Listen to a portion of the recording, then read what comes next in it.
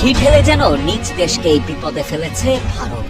আর তাই রাতের আধারে চুপিসারে পাকিস্তানে হামলা চালিয়ে দিনের আলোয় সীমান্ত ছেড়ে পালাচ্ছে তারা, এমনটাই দাবি করছে পাকিস্তানের কর্তা ব্যক্তিরা। পাকিস্তানি সেনাদের তাড়া খেয়ে সীমান্তে আত্মসমর্পণের প্রতীক সাদা পতাকা উড়িয়ে পিছু হচ্ছে ভারতীয় সেনারা। জম্মু কাশ্মীরের নিয়ন্ত্রণ রেখায় পাকিস্তান ও ভারতীয় সেনাদের মধ্যে রাতভর গোলাগুলির মাঝেই সাধনে একটি এক্স পোস্টে বিষয়টি নিশ্চিত করেন পাকিস্তানের তথ্যমন্ত্রী আতাউল্লাহ সারার।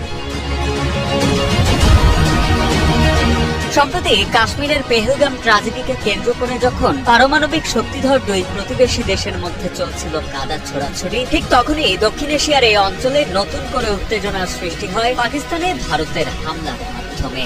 গেল 6 মে দিবাগত রাতে পাকিস্তানের বাহাওয়ালপুর, কোতলি ও মুজাফফরাবাদ সহ বেশ কয়েকটি এলাকায় অতর্কিত হামলা চালায় ভারত। ভারতের সেই হামলায় এখনো পর্যন্ত অন্তত 26 জন বেসামরিক নাগরিক নিহত ও 46 জন গুরুতর আহত হয়েছে বলে জানিয়েছে পাকিস্তান আন্তঃবাহিনী জনসংযোগ পরিদপ্তর।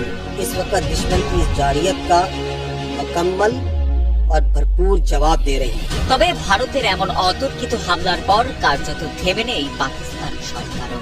নয়াদিল্লিকে শক্ত হাতে প্রতিহত করতে কঠোর পদক্ষেপ নেওয়া হবে বলে সাফ জানিয়ে দিয়েছে ইসলামাবাদ। 24 ঘন্টা না পেরোতেই ভারতে পাল্টা হামলা চালায় পাকিস্তানি সেনারা।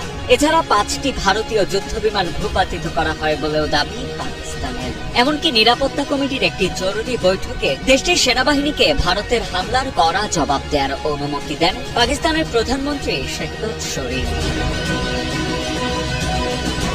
উল্লেখ্য, পেহেলগাম ট্র্যাজেডির পর ভারতকে নতুন করে পাকিস্তানের সঙ্গে সংঘাতে জড়াতে বারণ করে আসছিল পশ্চিমা মোড়লদের অনেকেই।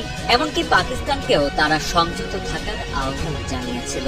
কিন্তু বহির্বিশ্বের সব রকম বারণ আর নিষেধাজ্ঞাকে বৃদ্ধাঙ্গুলি দেখিয়েই দৃশ্যত পাকিস্তানে এমন হামলা চালালো ভারত সরকার। সব মিলিয়ে উত্তেজনার পারদ এখন তুঙ্গে। এদিকে দুই দেশের মধ্যে ক্রমবর্ধমান এই উত্তেজনা দক্ষিণ এশিয়ার স্থিতিশীলতার জন্য বড় হুমকি হয়ে দাঁড়াচ্ছে বলেও মনে করছেন আন্তর্জাতিক বিশ্লেষকেরা।